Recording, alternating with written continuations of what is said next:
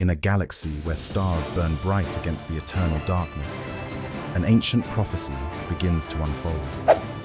A shadow looms over Ardentia Quadrant, an isolated sector few dare to venture into. This time, it's not the galactic dominion at work, but a mystery steeped in ancient cosmic power. A power so old that even the architect left it alone. It's time to meet Commander Jesus, as you've never known him before. The story starts aboard the starship Galaxies. Commander Jesus and his loyal crew are called upon once more. A growing threat known simply as the Oblivion Core has been detected at the edges of time itself.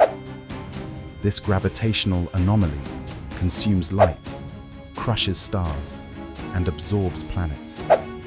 It destroys hope with every celestial body it devours. But the architect's design whispers a faint shimmer of hope. Somehow, this destructive force holds the key not to destruction, but to rebirth. It's a message open only to the one who can see beyond the imminent destruction and embrace the possibility of ultimate salvation. The first character to sound the alarm is Lux, pushing graphs and projections onto a hologram of their galactic map. "Commander," Lux says, "this isn't just a black hole. Its path is deliberate, almost as if it's alive."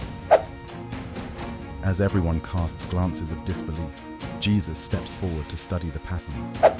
His glowing blue and gold armor reflects the anomaly's orbital dances. It's more than science.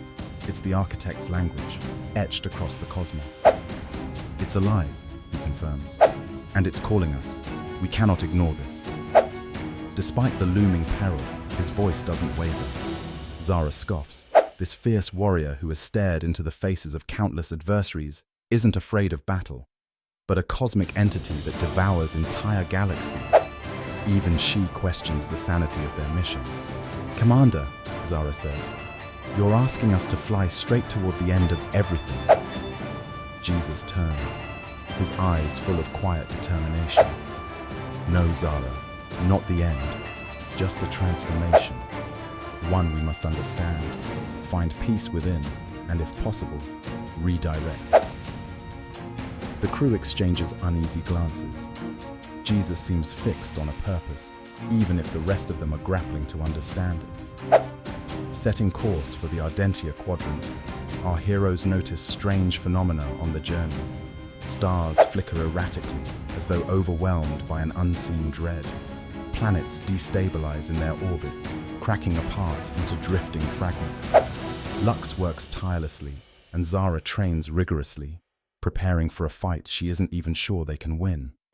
Elysia, the alien diplomat of peace, tries to stay hopeful, but fears that even her advanced skills in bridging differences may falter if this force is indeed alive and driven by more than nature. When they finally arrive, the Oblivion Core is like nothing they could have fathomed. A pulsating, swirling mass of shifting black and iridescent silver throbs continuously in the dimension's thin barrier.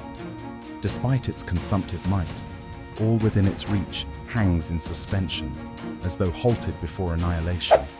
Elysia falls to her knees, overwhelmed by the ethereal beauty and terror of the core. "It weeps," she whispers. "It's alive, but it's in pain." Commander Jesus steps closer, his armor glowing brighter as he activates a gentle shield that allows him to come even nearer to the core without being drawn in.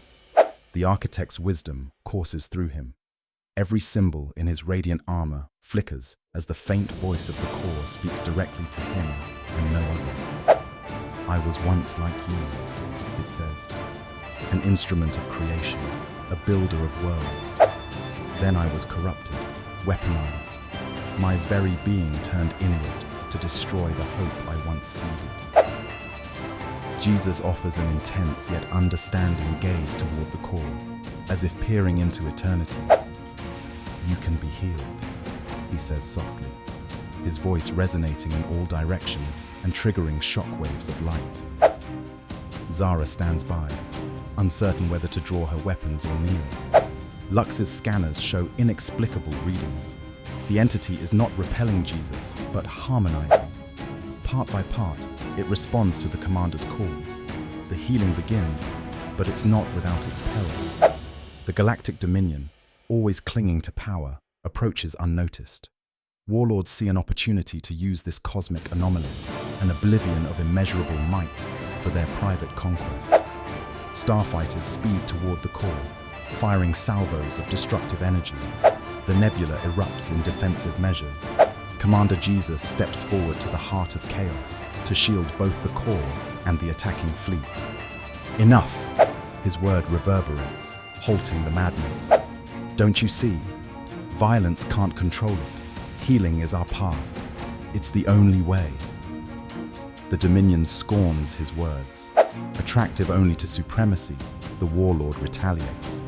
But while Lux smartly deploy gadgets that deflect Warlord tech, Zara guards Jesus fiercely until even she finally lets the Commander fulfill what only he could do. In the climactic moment, as hope flickers like dying stars, Elysia steps forward.